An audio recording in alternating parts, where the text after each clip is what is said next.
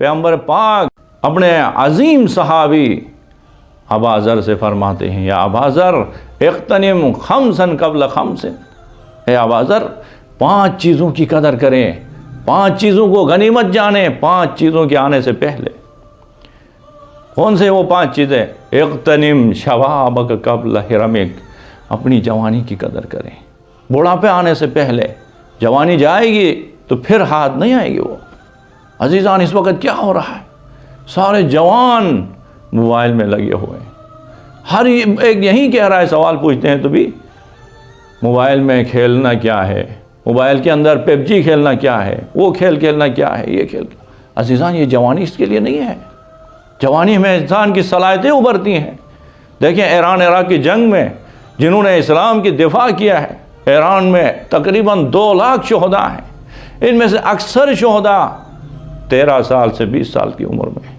ان جوانوں نے کیسا قربانی دی اور کیسا مقام کمائے جوانی سے، جوانی کو غنیمت سمجھ کے کیسے کارنامے انجام دیے۔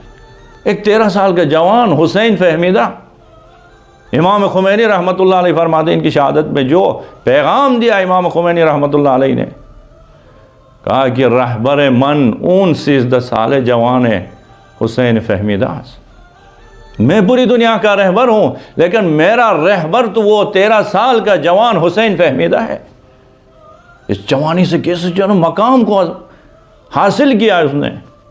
اسی لیے پیغمبر پاک فرماتے ہیں اغتنم شبابک، قدر کرے اس جوانی کی، اہمیت کے حامل ہو اس جوانی کی، قبل حرمک، بڑھاپے سے پہلے۔ پھر مولا فرماتے ہیں کہ اغتنم فراغک قبل شغلک، آپ کے پاس جو فارغ ٹائم ہے اس کو غنیمت سمجھیں، اس کے ذریعے سے پڑھیں لکھیں بنیں، اس سے پہلے کہ پھر مشغول ہو جائیں، کل شادی کرو گے پھر زندگی کو آباد کرنے میں لگ جاؤ گے تو اس وقت بھی وقت نہیں ملے گا پڑھنے کا۔ آج والدین آپ کی مدد کر رہے ہیں، بڑے بھائی آپ کے ساتھ دے رہے ہیں، آج پڑھو گے 5 سال محنت کرو گے، زندگی بھر خود بھی اچھی زندگی گزارو گے، دوسروں کو بھی اچھی زندگی گزارنے کا موقع فراہم کرو گے۔ اس فراغت سے خوب استفادہ کریں، اس فراغت کو موبائل میں ضائع نہیں کریں۔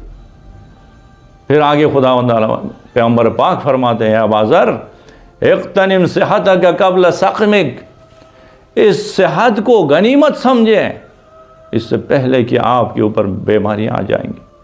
پھر جب بیمار ہو جائیں گے، مریض ہو جائیں گے، 2 رکعت نماز نہیں پڑھ سکتے۔ آج پڑھیں، محنت کریں، آج صحت یاب ہیں تو اسی مبارک مہینے میں ماہ رجب و شعبان و رمضان میں عبادت میں گزاریں، روزے رکھیں، آج صحت ہے، اسی صحت سے خوب استفادہ کر سکتے ہیں۔ پھر مولا فرماتے ہیں چوتھی چیز جس کو غنیمت سمجھے، اغتنم غناک قبل فقرک، اپنی بے نیازی کو، اپنے مال کو غنیمت سمجھے فقر و تنگ دستی میں مبتلا ہونے سے پہلے۔ آج اگر آپ کے پاس مال ہے تو اس سے مدد کریں دوسرے لوگوں کی۔ کتنے نادار لوگ بیٹھے ہیں، آپ جو فضول خرچ کرتے ہیں، جو سگریٹ اور دوسرے چیزوں پہ جو ضائع کرتے ہیں، ان سے کتنے غربا فقراء کی زندگی بدل سکتی ہے۔ ٹھیک ہے، آپ اپنی ضرورت کی چیزیں نہیں دیں، جو فضول خرچ کرتے ہیں، جو فضول کاموں میں خرچ کرتے ہیں، گھومنے میں اور فضول چائے پینے میں، دن میں 1500 2000 روپے آپ کی دفتر کی فیس صرف چائے اور سگریٹ میں آ رہی۔ 2000 سے اس مہنگائی کے زمانے میں ایک گھر آباد ہوتا ہے۔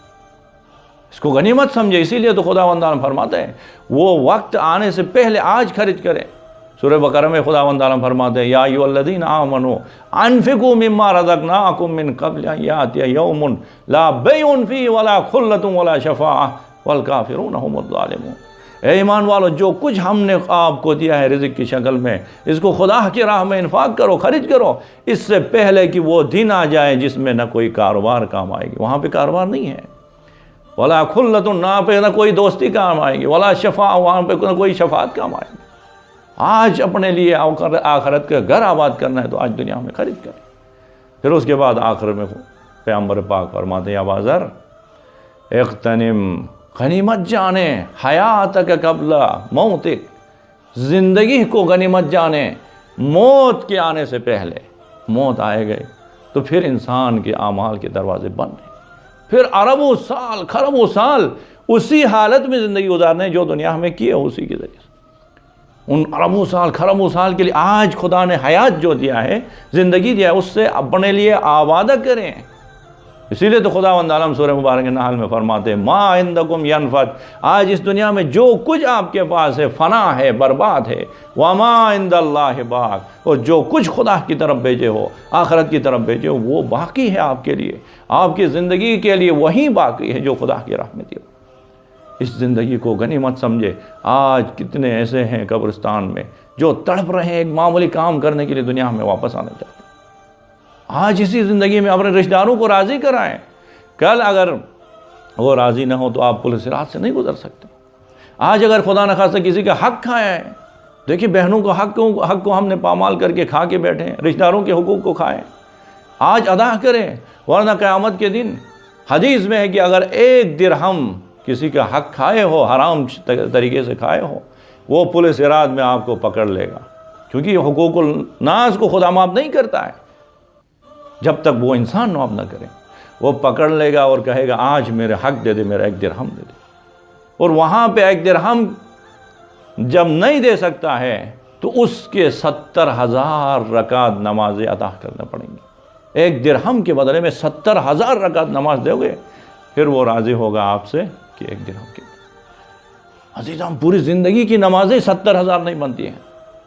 آج موقع ہے اپنے حقوق کو ادا کریں، رشتہ داروں سے جو مال لیے ہیں، خدا نخواستہ کہیں سے حرام طریقے سے مال کمائے تو آج توبہ کریں، استغفار کریں، ان کو واپس لوٹائیں۔